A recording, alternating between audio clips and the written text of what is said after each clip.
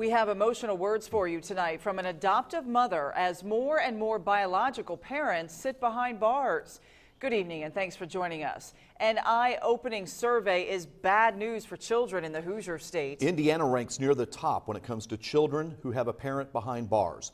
The National Survey of Children's Health puts Indiana second on the list. In tonight's top story, News 10's Lindsay Yates sat down with one adoptive mother who's dealing with the struggle firsthand.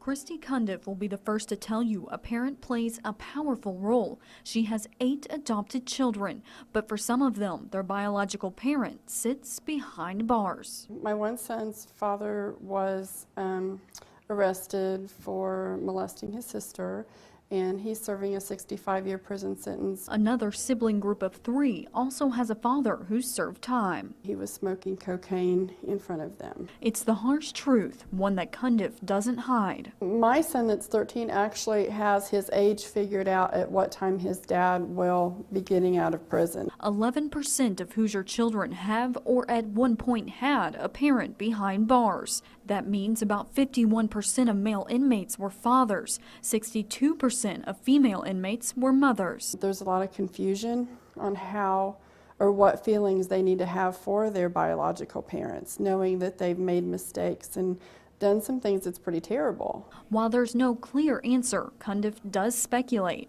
We all know that if a parent is busy being high or busy doing drugs or busy working a drug business, that they're not going to be acceptable parents. 3 of her adopted children also tested positive for meth at birth, and she believes the solution is breaking the cycle.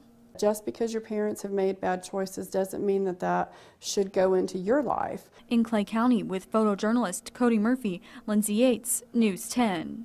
According to the survey, behind Kentucky and Indiana, Oklahoma, Ohio, and New Mexico round out the top 5.